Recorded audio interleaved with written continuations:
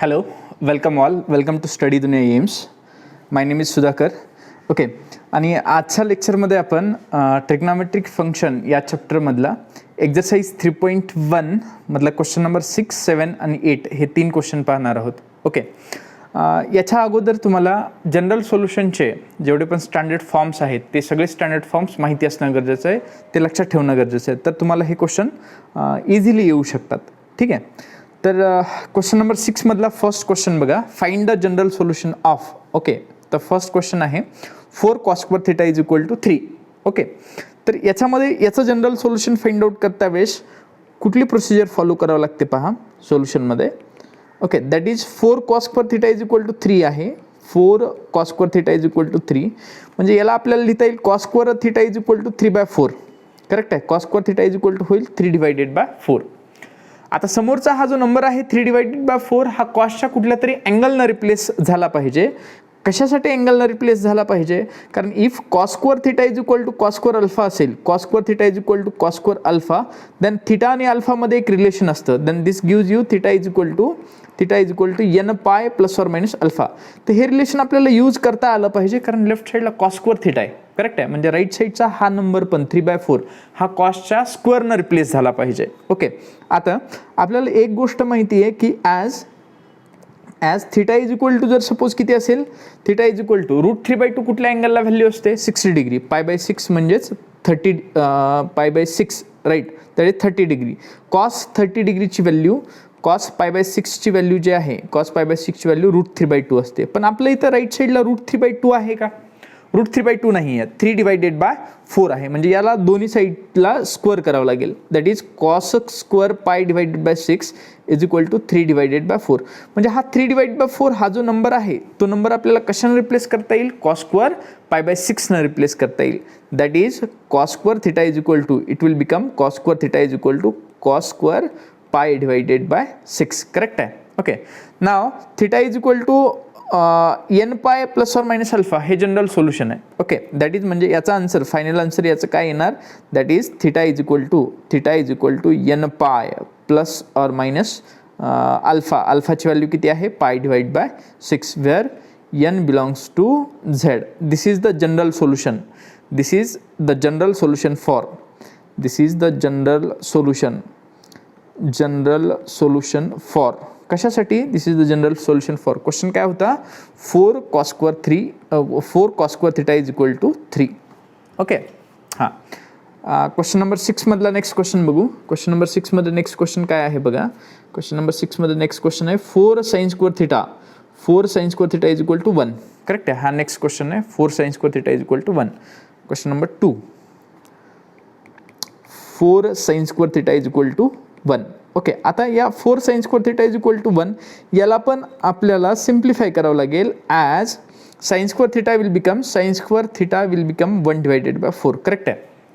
म्हणजे याला जर तुम्हाला स्टँडर्ड फॉर्म यूज करायचा असेल तर 1/4 हा नंबर साईनच्या कुठल्या तरी अँगलनं रिप्लेस झाला पाहिजे. करेक्ट आहे. मग आपल्याला हे माहिती आहे की ॲज साईन ऑफ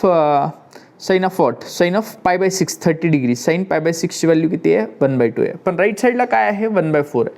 मग दोन्ही साईडचा स्क्वेअर करावं लागेल. Squaring on both the sides. Okay, that is sine square π/6. Sine square π/6 is equal to right साईडला किती येईल? 1/4. म्हणजे हा राईट साईडचा 1/4 जो नंबर आहे तो नंबर आपल्याला रिप्लेस करता येईल. कशानं रिप्लेस करता येईल? Sine square theta is equal to sine square π/6 यांना रिप्लेस करता येईल. ओके, मग आता असंच का करायचं पहा. Sine square theta is equal to sine square π/6 या फॉर्ममध्येच का कन्वर्ट करायचं? Because as sine square theta is equal to sine square alpha जर असेल, sine square theta is equal to sine square alpha जर असेल इफ, तर थिटा आणि अल्फामध्ये काय रिलेशन असतं? थिटा इज इक्वल टू असतं n pi plus or minus alpha हे रिलेशन असतं where n belongs to z. मग या केसमध्ये आन्सर काय होणार आहे? दॅट इज या केसमध्ये आन्सर होईल पहा. या केसमध्ये आन्सर होईल theta is equal to n pi plus or minus अल्फाची व्हॅल्यू किती आहे? अल्फाची व्हॅल्यू आहे π/6. Theta is equal to n pi plus or minus π/6 where n belongs to z. Correct आहे. ओके, इझी क्वेश्चन आहेत, फक्त तुम्हाला त्याच्या स्टँडर्ड फॉर्ममध्ये कन्वर्ट करता आला पाहिजेत. ओके, थर्ड क्वेश्चन बघा. क्वेश्चन नंबर 6 मधला थर्ड क्वेश्चन काय आहे? cos 4 theta is equal to cos 4 theta is equal to cos 2 theta. आता थोडासा हा वेगळा फॉर्ममध्ये आहे. ठीक आहे, cos 4 theta is equal to cos 2 theta. हां, याची प्रोसिजर काय आहे बघा याला सॉल्व करण्याची. यालाच असं लिहिता येईल आपल्याला, that is cos 4 theta minus cos 2 theta is equal to 0. Correct आहे, cos 4 theta minus cos 2 theta is equal to 0. Now याला असं कन्सिडर करा, कॉस सी मायनस कॉस डीच्या फॉर्ममध्ये. Okay, cos C minus cos डीच्या फॉर्ममध्ये आहे. कॉस सी मायनस कॉस डीचा फॉर्म्युला येतो -2 sine C plus D divide by 2. C plus D divide by 2 म्हणजे 4 theta plus 2 theta divided by 2 into sine C minus D divide by 2 म्हणजे 4 theta minus 2 theta divided by 2. Okay, is equal to आहे 0. Correct आहे. मग हेच काय होणार, यालाच आपल्याला पुढं काय लिहिता येणार, -2 sine 4 theta plus 2 theta 6 theta divided by 2 is 3 theta into sine 4 theta minus 2 theta divide by 2 theta is equal to 0. Okay, हे -2 हा नंबर राईट साईडला 0 होऊ शकतो. दॅट इज याच्यावर येईल sine 3 theta is equal to 0, sine 3 theta is equal to 0 or sine theta is equal to 0. Correct आहे, हे दोन एक्सप्रेशन भेटतील. As sine theta is equal to जर 0 असेल, as sine theta is equal to 0 ही जर कंडिशन असेल, sine theta is equal to 0, तर थिटा इज इक्वल टू काय येतं, थिटा इज इक्वल टू येतं एन पाय. करेक्ट आहे. ओके, म्हणजे दॅट इज रिझल्ट जो आहे sine 3 theta is equal to 0 आहे, that is 3 theta is equal to येईल n pi or theta is equal to येईल एन पाय. करेक्ट आहे, म्हणजे याच्यावरनं सोल्युशन येईल theta is equal to n pi divided by 3 or theta is equal to n pi. Correct आहे, हे दोन general solution असतील गिवन क्वेश्चनसाठी, where n belongs to Z. Okay, जसा क्वेश्चन आहे त्या फॉर्ममध्ये आपल्याला स्टँडर्ड फॉर्ममध्ये त्याच्या करस्पॉन्डिंग क्वेश्चनला कन्वर्ट करावं लागेल आन्सर काढण्यासाठी. ठीक आहे, क्वेश्चन नंबर 6मध्ये हे 3च क्वेश्चन होते. ओके, आता क्वेश्चन नंबर 7 पाहूयात. क्वेश्चन नंबर 7मध्ये क्वेश्चन नंबर 7मध्ये पण किती क्वेश्चन आहेत, क्वेश्चन नंबर 7मध्ये पण 3 क्वेश्चन आहेत परत. ठीक आहे, क्वेश्चन नंबर 7मध्ये sine theta is equal to tan theta. ठीक आहे, पाहूयात जनरल सोल्युशन फाइंड आउट करायचं आहे. Question number 7,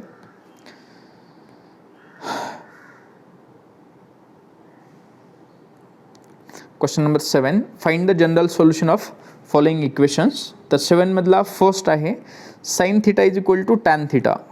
sine theta is equal to tan theta याचं जनरल सोल्युशन फाइंड आउट करायचं आहे. आता हे बघा, हे काही क्वेश्चन जे आहेत ना, हे तुम्हाला डायरेक्ट स्टँडर्ड फॉर्ममध्ये घेऊन नाही आहेत, तर याला अगोदर स्टँडर्ड फॉर्ममध्ये कन्वर्ट करावं लागतं. ठीक आहे, मग याला या क्वेश्चन वाईज थोडंसं लॉजिक चेंज होतं. Sine theta is equal to tan theta आहे, दॅट इज हे काय होईल, sine theta is equal to tan theta will become sine theta divide by cos theta.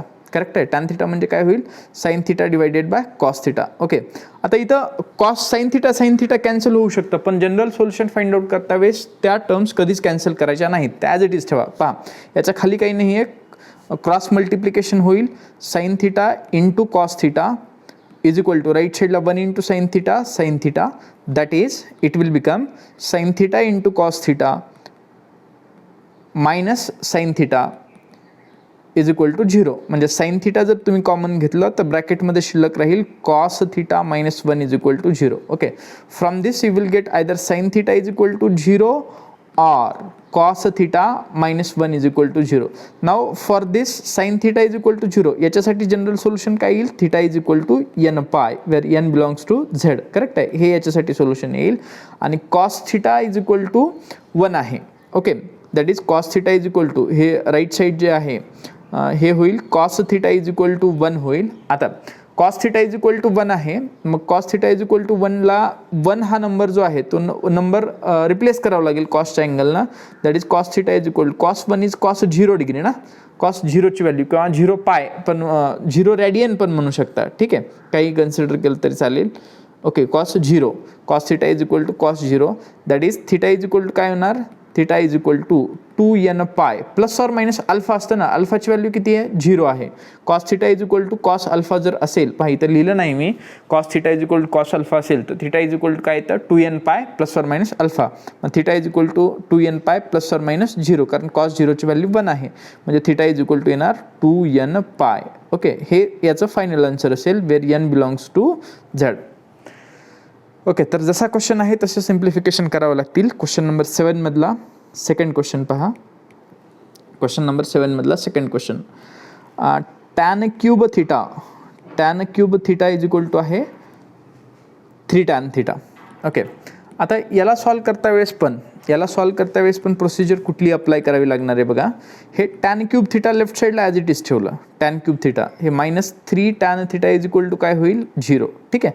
Now take tan theta as common. In bracket you will get tan square theta -3 is equal to 0. Okay, that is from this you will get tan theta is equal to 0 or tan square theta is equal to 3. Correct आहे. Now tan theta is equal to जर 0 असेल तर याच्यासाठी general solution काय असतं. If tan theta is equal to 0, then याच्यासाठी general solution असतं then theta is equal to n pi. Correct, हे जनरल सोल्युशन असतं. If tan theta is equal to 0 then is equal to n pi where n belongs to z. हे याचं general solution झालं. ठीक आहे. आता याच्यासाठी tan square theta is equal to 3, याच्यासाठी आपल्याला काय करावं लागेल.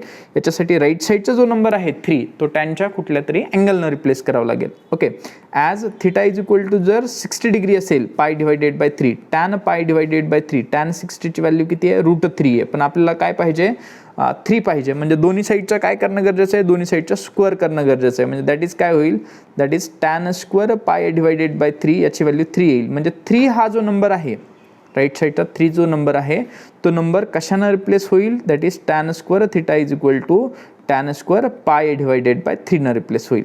ओके, आणि tan square theta is equal to tan square alpha जर असेल, if tan square theta is equal to tan square alpha असेल, tan square theta is equal to tan square alpha, then theta आणि अल्फामध्ये काय relation असतं, then theta is equal to असतं theta is equal to n pi plus or minus alpha. Okay, तर या केसमध्ये काय मग फायनल आन्सर काय होईल, theta is equal to n pi plus or minus अल्फाची व्हॅल्यू किती आहे π/3. That's it. Theta is equal to n pi plus or minus π/3 where n belongs to z. Okay, हा किती झाला क्वेश्चन नंबर 7 मधला second झाला. आता क्वेश्चन नंबर 7 मधला थर्ड क्वेश्चन जो आहे तो पर्टिक्युलर क्वेश्चन आहे. ओके, म्हणजे याच्यासारखा दुसरे क्वेश्चन एक्झरसाइजमध्ये किंवा सॉल्ड एक्झाम्पलमध्ये फक्त एक क्वेश्चन आहे सॉल्ड एक्झाम्पलमध्ये. ठीक आहे, तर याची एक प्रोसिजर आहे cos theta plus sine theta is equal to 1. Okay, हा क्वेश्चन सॉल्व करण्याची एक पर्टिक्युलर प्रोसिजर आहे, युनिक क्वेश्चन आहे हा.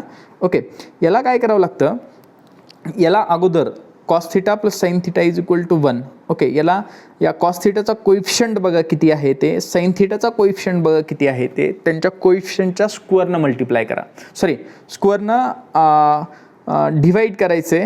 म्हणजे हिअर कम्पेअरिंग विथ, याला कम्पेअर करायचं. कम्पेअरिंग विथ कशासोबत कम्पेअर करायचं, A cos theta plus B sine theta is equal to C या एक्सप्रेशनसोबत कम्पेअर करा. Okay, here A is equal to 1 आहे and B is equal to पण किती आहे 1 आहे. डिवायडिंग बोथ द साईड्स ही प्रोसिजर आहे या क्वेश्चनसाठी. Root of A square plus B square. Okay, म्हणजे किती होणार, रूटमध्ये 1 + 1 इट विल बिकम √2. ओके, दोन्ही साईडला √2 डिवाइड करा. That is original question will become 1 divided by √2 into cos theta plus 1 divided by √2 into sine theta is equal to right साईडला पण 1 divided by √2. Okay, एवढं केल्यानंतर आता याच्यामध्ये हे 1 डिवाइड बाय √2 हे 1 डिवाइड बाय √2 जे आहे ते तुम्हाला रिप्लेस करावं लागतं. कशानं रिप्लेस करावं लागतं, कुठल्या तरी ट्रिग्नॉमेट्रिक फंक्शननं रिप्लेस करावं लागतं. ओके, आता या कॉस 1 डिवाइड बाय √2ला रिप्लेस करायचं cos pi divided by 4 into cos theta. ठीक आहे, प्लस हे 1 डिवाइडेड बाय √2 जे आहे ते रिप्लेस करायचं sine π/4 sine π/4 into sine theta.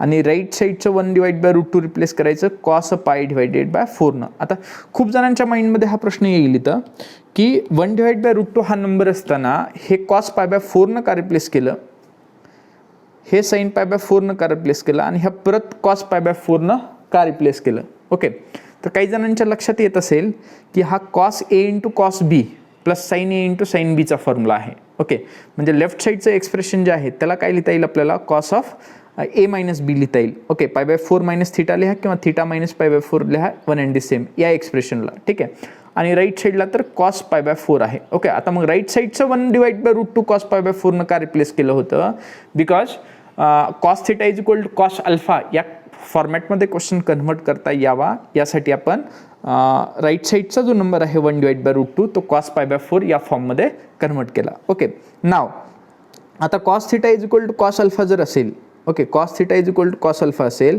Now cos θ is equal to cos alpha असेल तर याच्यावरनं थिटा आणि अल्फामध्ये काय रिलेशन असतं, थिटा इज इक्वल टू असतं 2n pi plus or minus alpha. Correct, हे रिलेशन असतं.